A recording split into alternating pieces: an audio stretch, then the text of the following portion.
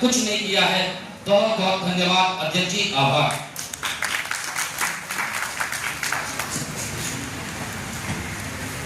आज आपातकाल के विषय और इनका परिचय पूर्व में भारतीय जनता युवा मोर्चा के प्रदेश अध्यक्ष, भारतीय जनता पार्टी के प्रदेश अध्यक्ष और बिहार सरकार के विभिन्न विभागों में अपोजिशन में भी अपना विचार और सत्ता में भी विचार एक ही तरह का रख दिया। यानी हम लोग एक मत हैं कि ये आपातकाल हम सब के लिए कलंक का काम किया है और देश के लोकतंत्र को जो ब्लैक स्पॉट कहते हैं वो ब्लैक स्पॉट के रूप में हमेशा याद रहेगा आपातकाल। और कई बातें आप लोग मैं जितने भी वक्ता इसमें भाग लिए हैं, एक बार सभी वक्ता का नाम एक बार दे दीजिए शिवान जी। मैं सभी वक्ताओं को बहुत बहुत धन्यवाद दूंगा कि आपने इस विषय पे काफ़ी लोग चर्चा करने वाले थे लेकिन कुछ ही लोग को मौका मिल पाया। सौरभ जी, सुबोध जी, सूरज जी, धीरज जी,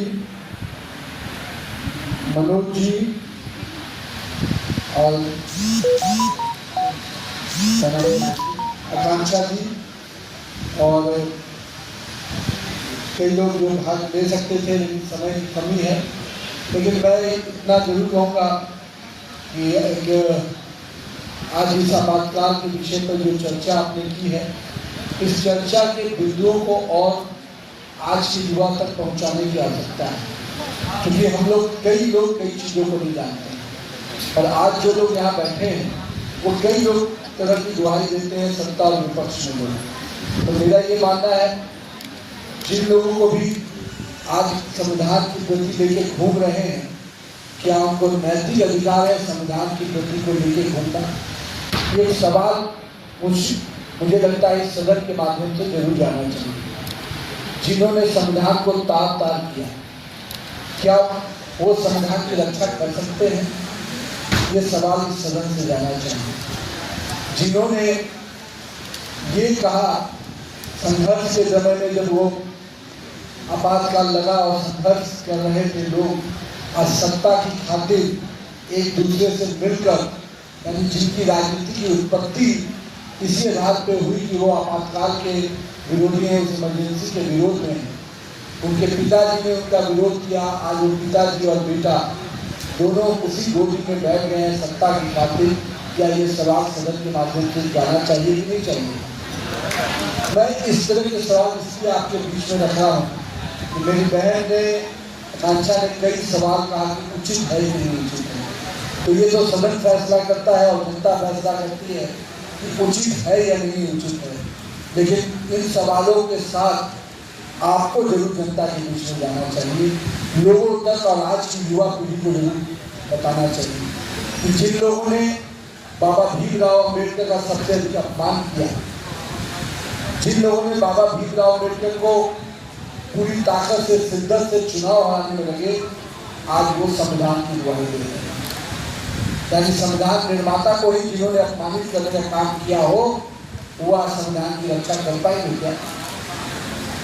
तो मैं केवल एक विषय के साथ, क्योंकि अध्यक्ष के रूप में बहुत सारी बातें नहीं कही जा सकती हैं, व्यवस्थापक लोगों ने मुझे बहुत तरीके से बांध दिया है, तो मैं तो इतना ही कहूँगा कि आज की युवा पीढ़ी उसका अध्ययन करे और कहीं न कहीं हमें चर्चा करने के लिए नीचे उतरना चाहिए। क्या हम बंद कमरे में ये चर्चा से नहीं जीत पाएंगे?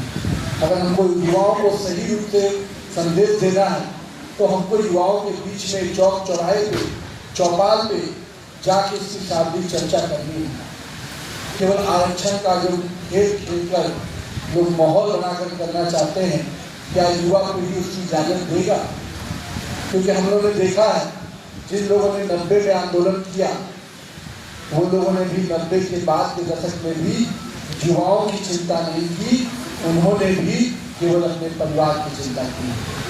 तो निश्चित रूप से सभी विषयों को लेकर आप सभी दोनों सदनों के लोग जिन्होंने अपनी बात रखी, मैं धन्यवाद देता हूँ, आपको आभार व्यक्त करता हूँ और साथ ही साथ इस विषय को आम जनमानस से भी लेकर जाना चाहिए।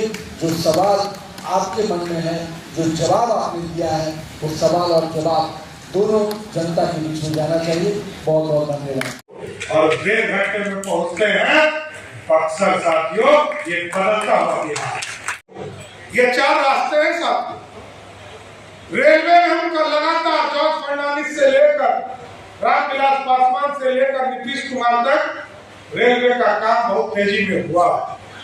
और आप सोच सकते हैं बिहार जैसे राज्य में 38 जिले में 36 जिला हमारा रेलवे कनेक्टिविटी से था। इस बार मोदी जी ने वो 2 जिले भी छू लिए। अरवल के जिले को रेलवे से जोड़ने के लिए सहमति बनी। अरवल और औरंगाबाद और सीतामढ़ी से सीमा उसको भी जोड़ने का काम किया गया। अभी आदरणीय मुख्यमंत्री आदरणीय सोनोवाल जी आए थे, पूर्व मुख्यमंत्री आसाम के, और आजकल वाटरवेज को देख रहे थे, जल परिवहन देख रहे। हम लोग कोई सोचते नहीं थे पानी की व्यवस्था, पानी की संरचना, ये बदलते हुए बिहार में समय बदला। जब 2024 में आपके सहयोग से हम लोग सरकार में आए साथियों, तो हम लोगों ने इस पे काम शुरू किया। 53 किलोमीटर पर कैसे हम वाटरवेज पर काम कर सकते हैं, इसकी शुरुआत किया। मैं आपको बताते हुए खुशी जाहिर कर रहा हूं कि जहां पटना में हम लोग 15 अगस्त को पटना मेट्रो रेल चालू करेंगे, तो अगले 1 साल के अंदर पटना में वाटर मेट्रो भी चलाने का काम हम दुनिया में देखते हैं। पानी में जहाज चल रहा, बिहार में क्यों? और बिहार तो गंगा के